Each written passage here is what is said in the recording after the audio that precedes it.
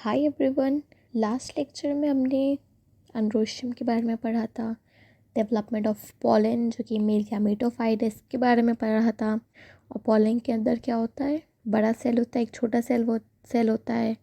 ठीक, इसमें जो छोटा सेल होता है जनरेटिव सेल, उसमें ही मेल गैमीट होता है। ठीक, 40% एंजियोस्पर्म में 3 सेल स्टेज देखने को मिलती है और 60% में 2 सेल स्टेज। ठीक है, ये सब बात हो गई थी। अब हम देखेंगे कि जब पॉलन मैच्योर हो जाता है, आज हम पढ़ने वाले हैं कि जब पॉलन मैच्योर हो जाता है तो हमने बताया था ना, डिहाइसेंस हो जाता है, आंथर की बॉल फट जाएगी और वो बाहर निकल आएगा। ये देखो, ये डायग्राम है, पहले ये पूरा बना है आंथर।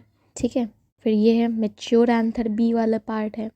फिर सी में देखो क्या हो रहा है, आंथर रिलीज हो रहा है ना, डिहाइसेंस हो गया आंथर का। जब एंथर की वॉल फटती है तो उससे पॉलन बाहर निकल आएगा। ठीक है, तो पॉलन बाहर निकल आया, तो अगर पॉलन जाके स्टिग्मा पे ट्रांसफ़र हो रहा है तो उसको हम पॉलिनेशन कह रहे हैं।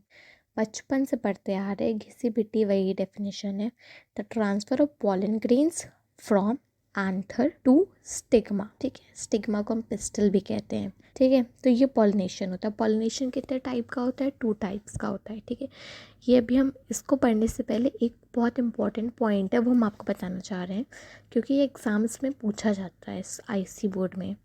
देखो, पॉलन को हम स्टोर भी कर सकते हैं।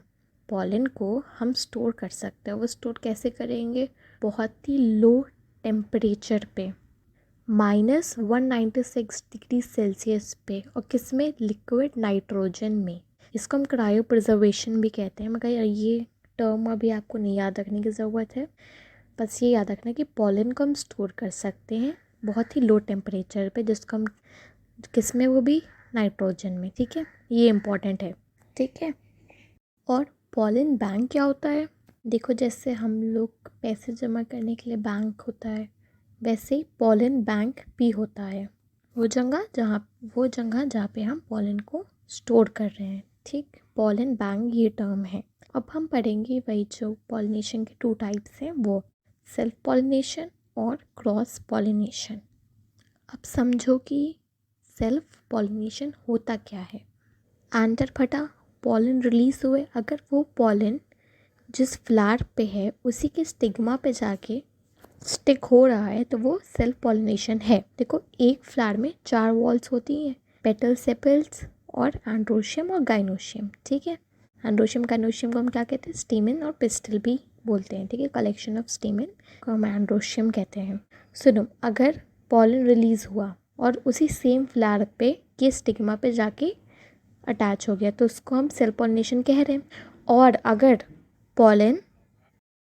पॉलन रिलीज होके उस फ्लावर पे नहीं, उसी प्लांट के दूसरे फ्लावर पे जाके के स्टिग्मा पे अटैच हो रहा है, तो वो भी क्या है? सेल्फ पॉलिनेशन का ही एग्जाम्पल है। और इनमें कुछ स्पेसिफिक टर्म्स भी है, जैसे कि ऑटोगैमी है, जीटोनोगैमी है, होमोगैमी और क्लेस्टोगैमी, ये पढ़ते हैं। ठीक है, जैसे हमने तुम्हें बताया, अगर पॉलन रिलीज होके सेम फ्लावर के ही स्टिग्मा पे जाके अटैच हो रहा है, स्टिक हो रहा है, तो उसको हम ऑटोगैमी बोलेंगे। ठीक है, और अगर पॉलन रिलीज होके उस फ्लावर के स्टिग्मा पे जाके अटैच नहीं हो रहा है, उसी प्लांट के किसी और फ्लावर पे जाके के स्टिग्मा पे स्टिक हो रहा है, तो उसको हम क्या कहेंगे? जियोटोनोगैमी। ठीक है, ये इंपॉर्टेंट है दोनों टर्म्स। देखो, ये जो डायग्राम है इसमें देखो, पॉलन एंथर के से निकल रहा है। देखो, मैंने आरो पे बनाया है डायग्राम में।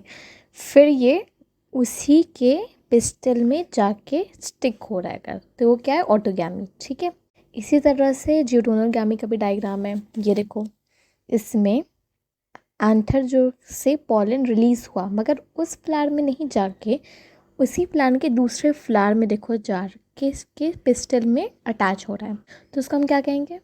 जियोटोनोगैमी। ठीक है, इस डायग्राम से आई होप समझ में आ गया होगा। और देखो, एक बहुत ही प्यारी लाइन है जियोटोनोगैमी से रिलेटेड। देखो, ये मैं रीड कर रही हूँ, आप लोग सुनिएगा। So geitonogamy is functionally cross pollination involving pollinating agent, but genetically it is similar to autogamy since the pollen grains come from the same plant. इसका मतलब क्या हुआ? देखो इसका मतलब ये है कि फंक्शनली तो हमको ये लग रहा है कि ये जो पॉलिनेशन है ड्यूटेनोगैमी वो क्रॉस पॉलिनेशन है, क्योंकि इसमें एक एजेंट की ज़रूरत पड़ेगी पॉलन को सेम प्लांट के दूसरे फ्लावर के स्टिग्मा पे स्टिक होने के लिए। क्योंकि एक फ्लावर में तो आसानी से खुद ही चला जाएगा, मगर दूसरे फ्लावर में जाने के लिए भी तो उसको एक एजेंट की ज़रूरत पड़ेगी। पॉलिनेटिंग एजेंट वो कुछ भी हो सकती, बी हो सकती, इंसेक्ट हो सकता है, ठीक है, ज़्यादातर यही होता है। तो ये दिखने में तो हमको क्रॉस पॉलिनेशन जैसा लग रहा है, मगर ये है क्या?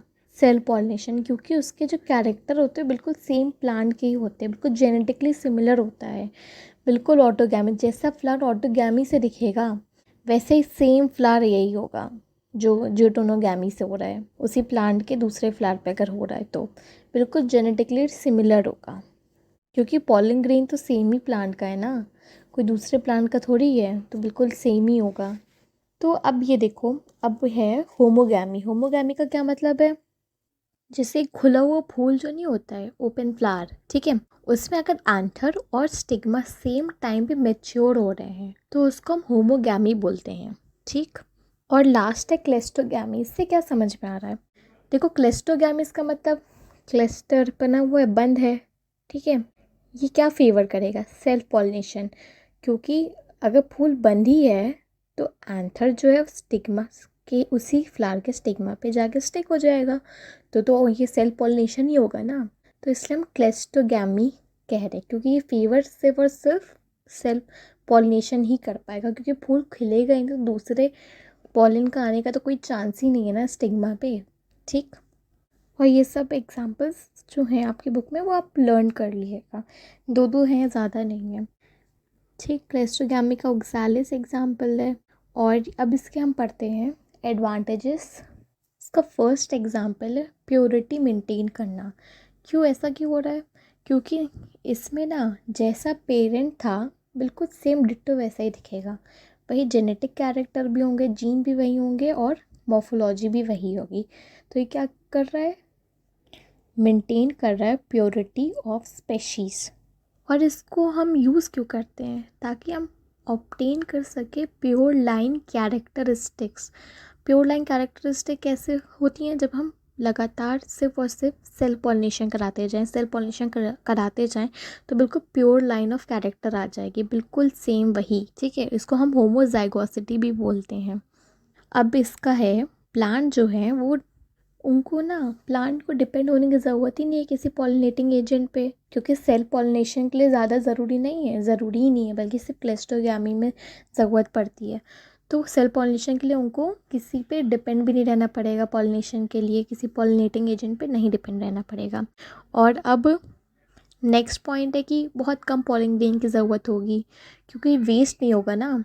सेम फ्लावर पे जाना है तो वेस्ट होने के चांसेस बहुत ही कम है, मिनिमम है बिल्कुल। तो बहुत कम पॉलिंग ग्रेन ही रिक्वायर्ड होते हैं। और इसका है लास्ट है कि सेल पॉलिनेशन से मतलब अच्छे कैरेक्टर निकलते हैं। सेल पॉलिनेशन से कोई वेरिएशन नहीं हो रहा है, तो पता चला कोई वेरिएशन बुरा हो गया तो इसलिए सेम वही रहता है। ये हो गया एडवांटेजेस की बात, ठीक। मगर जहाँ कुछ अच्छी बातें हैं वहाँ कुछ बुरी बातें भी हैं, तो इसके भी डिसएडवांटेज हैं। सबसे पहला डिसएडवांटेज ये है कि ये बुरे कैरेक्टर को हटाता नहीं है। जैसे सेल्फ पॉलिनेशन हो के जो अगर कुछ बुरे कैरेक्टर हो रहे हैं तो उनको नहीं हटाता है, सबसे बड़ी इसकी यही डिसएडवांटेज है एक। और सेम कैरेक्टर बार बार वही पास ऑन होता जा रहा है तो इम्यूनिटी भी डिक्रीज़ हो जाती है इनकी। मतलब डिजीज़ेस प्लांट में भी तो होते हैं ना, तो वो प्लांट डिजीज़ को झेल नहीं पाएगा ज़्यादा, क्योंकि उसकी इम्यूनिटी वीक हो जाएगी। और इसका लास्ट पॉइंट डिसएडवांटेज का ये है कि जैसे मान लो एनवायरमेंटल कंडीशंस कुछ बदल गई, कुछ अनफेवरेबल हो गई, ठीक है, और या बार बार बदल रही हैं, तो ये खुद को अडेप्ट नहीं कर पाएगा उसके अकॉर्डिंग, ठीक। इसका ये पॉइंट है, लास्ट नहीं कर पाएगा, वो डिक्रीज़ हो जाएगी उसकी कैपेबिलिटी अडेप्ट करने की, ठीक है। तो ये हो गया हमारा डिसएडवांटेजेस कंप्लीट हो गया इसके। अब हम पढ़ेंगे क्रॉस पॉलिनेशन क्या होता है। और क्रॉस पॉलिनेशन को हम ऑलोगैमी भी बोलते हैं और जीनोगैमी। देखो अब क्रॉस पॉलिनेशन क्या होता है? ट्रांसफ़र अगर हो रहा है पॉलन ग्रेन्स का from anther to stigma of another flower of on another plant. ठीक है, देखो हिंदी भाषा में अब देखो, जैसे कि एंथर से पॉलन रिलीज हुआ, ठीक है, अपने प्लांट को नहीं, दूसरे प्लांट के किसी और फ्लावर में, दूसरे प्लांट के फ्लावर में जाके अगर स्टिक हो रहा है पॉलन, तो उसको हम क्रॉस पॉलिनेशन कहेंगे। और स्टिक कहाँ होगा? जाहिर सी बात है, स्टिग्मा पे स्टिक होगा। ठीक, अगर पॉलन अपने प्लांट को छोड़ के दूसरे प्लांट के किसी फ्लावर पे स्टिग्मा पे जाके स्टिक हो रहा है, तो उसको हम क्या कहेंगे? Cross pollination. और इसके एडवांटेजेस क्या हैं? जो सेल्फ के डिसएडवांटेज थे वही इसके एडवांटेज हो गए। ये क्या करता है? हटा देता है सब जितनी बुरे कैरेक्टर है प्लांट के। It helps to eliminate bad characters from the race. और क्या करता है? नए कैरेक्टर को भी डेवलप करता है प्लांट में, क्योंकि दो अलग अलग प्लांट के कैरेक्टर्स आ जाएंगे ना, एक फ्लावर दूसरे प्लांट से, एक अलग प्लांट से, तो कुछ नए कैरेक्टर भी डेवलप होंगे। डिजीज़ से इम्यूनिटी बढ़ेगी। और जो अगर एनवायरमेंटल चेंज हो रहा है तो इसकी एबिलिटी बढ़ेगी अडाप्ट करने की उसको। ठीक है, मतलब वो सर्वाइवल के चांसेस उसके काफ़ी ज़्यादा हाई हो जाएंगे। और जो बहुत स्ट्रॉन्ग हेल्दी ग्रोथ होगी एक रेस की, वो कम हो जाएगी, क्योंकि हेटेरोसिस हो गया ना, मतलब दो अलग अलग प्लांट के फ्लावर का में हो रहा है पॉलिनेशन, इस वजह से।